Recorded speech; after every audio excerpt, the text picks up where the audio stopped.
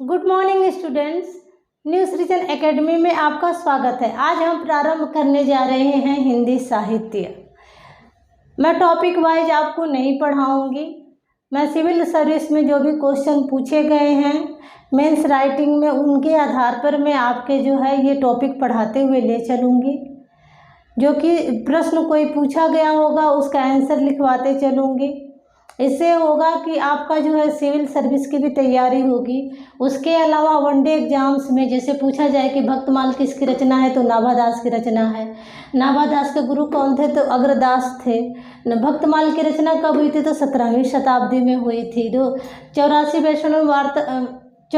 वैष्णवन की वार्ता 252 वैष्णवन की वार्ता किसने लिखा है, तो गोकुलनाथ गोस्वामी ने लिखा है। इनका जन्म हुआ था 1608 में और ये जो है विट्ठलनाथ के चतुर्थ पुत्र थे। तो कितने क्वेश्चन सॉल्व हुए आपके। भक्तमाल किसकी रचना है, नाभादास की। नाभादास के गुरु कौन थे, अग्रदास। भक्तमाल की रचना कब हुई थी, तो 17वीं शताब्दी में। 84 वैष्णव की वार्ता किसने लिखा है, गोकुलनाथ ने। 252 वैष्णवन की वार्ता किसने लिखा है, तो गोकुलनाथ गोस्वामी ने। गोकुलनाथ गोस्वामी का जन्म कब हुआ था, तो 1608 में हुआ था। विट्ठलनाथ के चतुर्थ पुत्र कौन थे, तो गोकुलनाथ गोस्वामी थे। तो इतने सारे जो है क्वेश्चन आपके सॉल्व हो गए इसमें। लेकिन ये जो है ये आएगा हिंदी साहित्य के लेखन परंपरा पर प्रकाश डालिए। ये प्रश्न है, सिविल सर्विस में पूछा गया है और इसका आंसर हम लिखते हैं कि वैसे तो हिंदी साहित्य की लेखन की परंपरा अगर वैज्ञानिक आधार पे देखा जाए, ऐतिहासिक आधार पे देखा जाए तो 19वीं शताब्दी में माना जाता है। लेकिन कुछ ग्रंथ पहले भी प्राप्त होते हैं, 17वीं शताब्दी में लिखे गए हैं। जैसे ये भक्तमाल है जो कि नाभादास की रचना है। 84 वैष्णवन की वार्ता और 252 वैष्णवन की वार्ता जो कि गोकुलनाथ गोस्वामी की रचना है। तो इन लोगों ने भी प्रयास किया था इतिहास लेखन का, लेकिन ये जो है इनका कोई वैज्ञानिक आधार नहीं है। वैज्ञानिक आधार प्रारंभ होता है जॉर्ज ग्रियर्सन से, जिनकी रचना आई थी 1839 ईस्वी में। तो उसे भी लिख करके मैं दिखाती हूँ कि किस तरह से ऐतिहासिक तौर पे किस तरह से इस ग्रंथ लिखने की शुरुआत हुई थी। ये जो क्वेश्चन आप सॉल्व करेंगे, जैसे हिंदी साहित्य के लेखन की परंपरा पर प्रकाश डालिए, जब ये क्वेश्चन आप सॉल्व कर रहे होंगे तो इससे बहुत सारे आपके वनडे एग्जाम्स के क्वेश्चन भी सॉल्व हो रहे होंगे।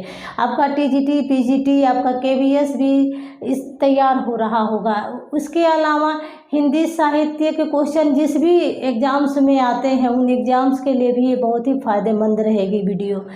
तो स्टार्ट करते हैं। 20वीं शताब्दी अर्थात 1839 में गारसा द तासी ने, जो कि एक फ्रेंच विद्वान थे, इन्होंने इस्तवार द ला लिटरेच्योर एंडो हिंदुस्तानी ग्रंथ की रचना की थी। इस ग्रंथ की विशेषता यह थी कि इसकी जो पद्धति थी ये वर्णानुक्रम पद्धति थी, यानी कि ए अल्फ़ाबेट से जितने भी कवि थे उनके बारे में पहले लिखा गया, फिर बी अल्फ़ाबेट से जितने भी विद्वान थे या कवि थे उनके बारे में लिखा गया। यह जो है इस्तवार द ला लिटरेच्योर एंडो हिंदुस्तानी जो है यह इतिहास का पहला ग्रंथ माना जाता है। अनेक कवियों एवं रचनाओं का नाम संग्रह इसमें मिलता है, जो कि अल्फ़ाबेटिकल है। ए अक्षर से पहले आ गए, बी अक्षर से आ गए, फिर सी अक्षर से आ गए। इस वजह से इसकी कमी ये रही कि इसे अवैज्ञानिक करार दे दिया गया। तो आंसर आपका लिखेंगे कि इतिहास के पहले लेखन की शुरुआत ऐतिहासिक तौर पे गारसा द तासी ने किया था, जो कि एक फ्रेंच विद्वान थे। उनकी रचना थी इस्तवार द ला लिटरेच्योर एंडो हिंदुस्तानी। इस ग्रंथ की जो विशेषता थी, ये इस ग्रंथ की रचना जो थी वो 1839 ईस्वी में हुई थी। इसकी जो पद्धति थी वह जो है वर्णानुक्रम थी। पहला ये ऐतिहासिक ग्रंथ माना जाता है। इसमें अनेक कवियों एवं रचनाओं का नाम संग्रह हमें प्राप्त होता है। इसकी कमी ये है कि अवैज्ञानिक माना जाता है।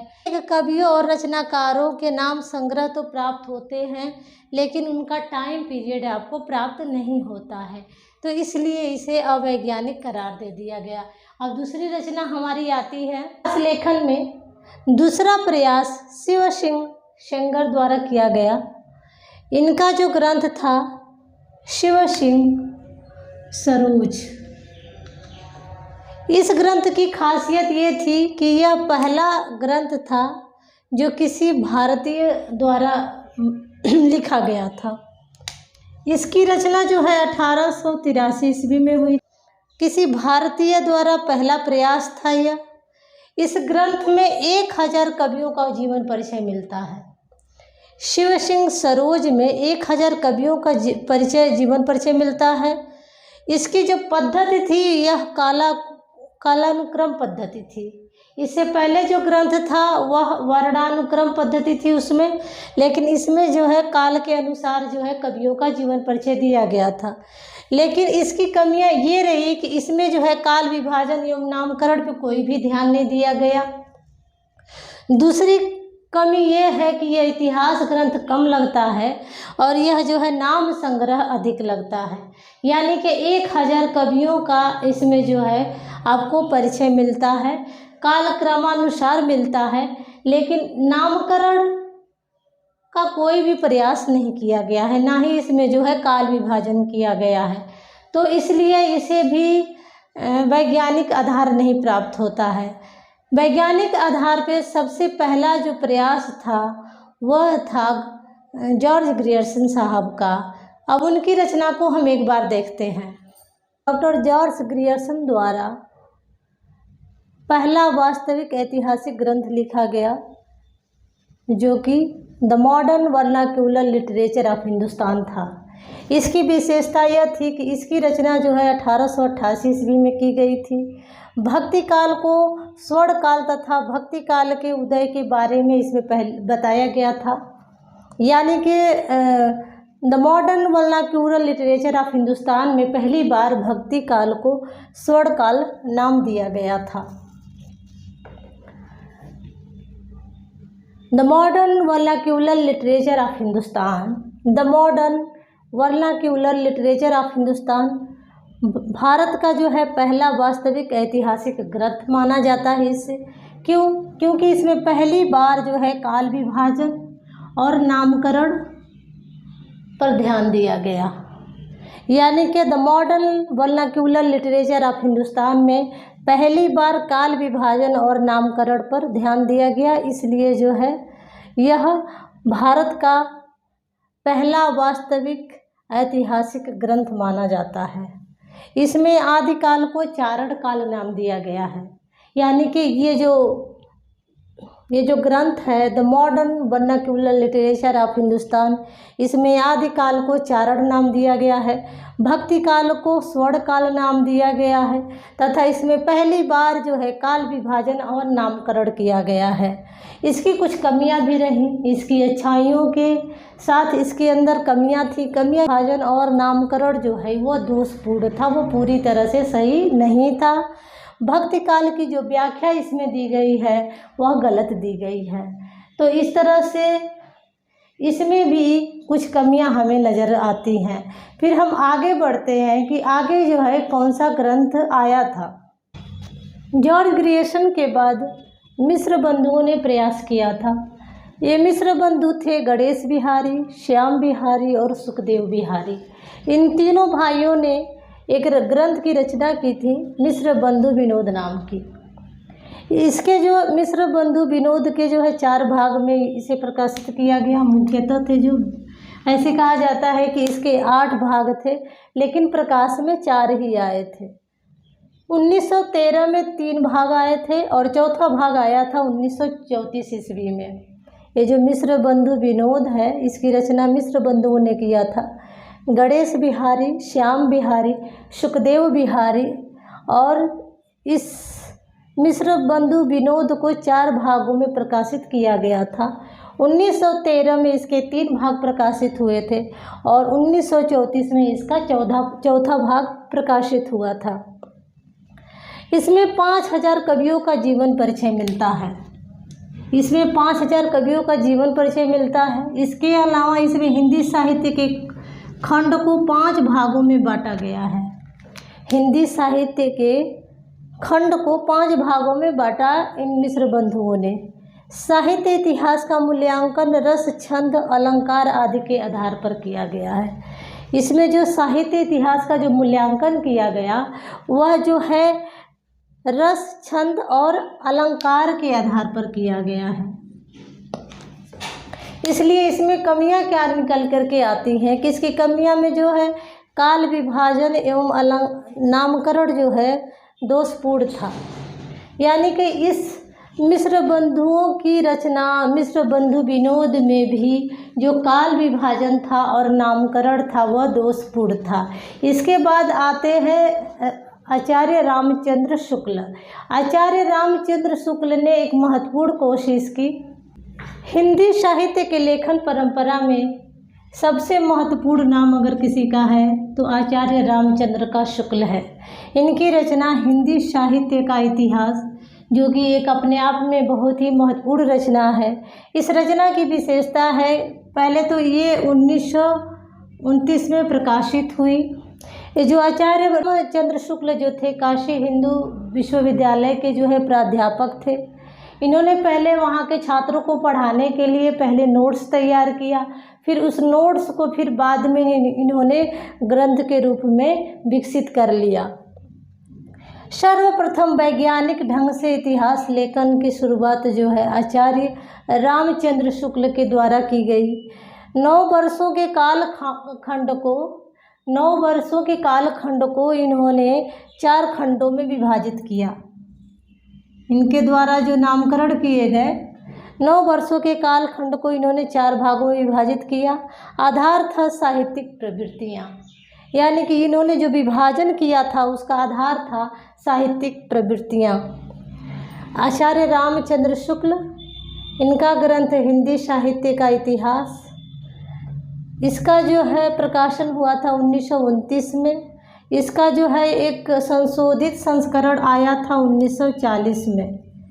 1940 में आया था संशोधित संस्करण।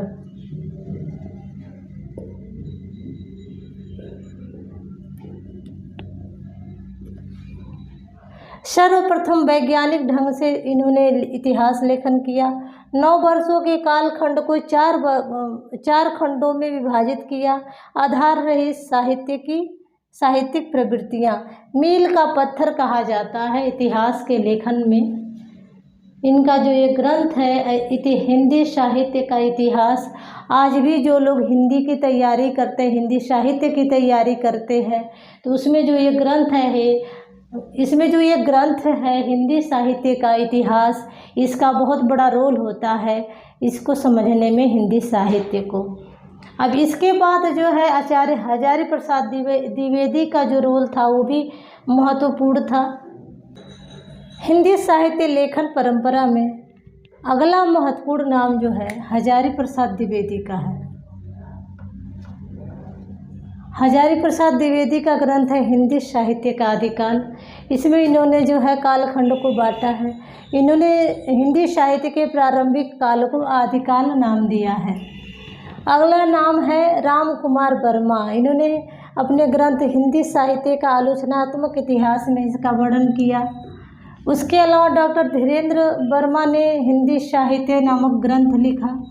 रामस्वरूप चतुर्वेदी ने हिंदी साहित्य और संवेदना का विकास ग्रंथ लिखा, जिसमें जो है बच्चन सिंह ने हिंदी साहित्य का दूसरा इतिहास लिखा है। ये इनके देखिए आपके जो है 1 लाइनर क्वेश्चन हैं जो कि टीजीटी पीजीटी के लिए महत्वपूर्ण हैं। उसके अलावा जो आप हिंदी साहित्य के लेखन परंपरा पर प्रकाश डालिए, उसमें आप लास्ट में लिख सकते हैं आचार्य रामचंद्र शुक्ल के बाद हजारी प्रसाद द्विवेदी का महत्वपूर्ण योगदान था। इन्होंने हिंदी साहित्य का आदिकाल नामक ग्रंथ लिखा था। इन्होंने हिंदी साहित्य के प्रारंभिक काल को आदिकाल नाम दिया था। राम कुमार वर्मा इसके बाद आए थे। इन्होंने हिंदी साहित्य का आलोचनात्मक इतिहास लिखा था। उसके बाद आए थे डॉक्टर धीरेन्द्र वर्मा, इन्होंने हिंदी साहित्य लिखा था। रामस्वरूप चतुर्वेदी ने हिंदी साहित्य और संवेदना का विकास लिखा था। और जो बच्चन सिंह थे उन्होंने हिंदी साहित्य का दूसरा इतिहास लिखा था। तो ये रहा इस प्रश्न का उत्तर। इस तरह से जो है हिंदी साहित्य के लेखन परंपरा पे प्रकाश हमने डाल लिया। तो आज के लिए बस इतना ही। अब मिलते हैं फिर एक हिंदी साहित्य के क्वेश्चन को लेकर के। अगर मेरी वीडियो पसंद आ रही है, आपके काम की है, तो आप मेरे चैनल को सब्सक्राइब कर दें, लाइक कर दें, शेयर कर दें। Thank you students.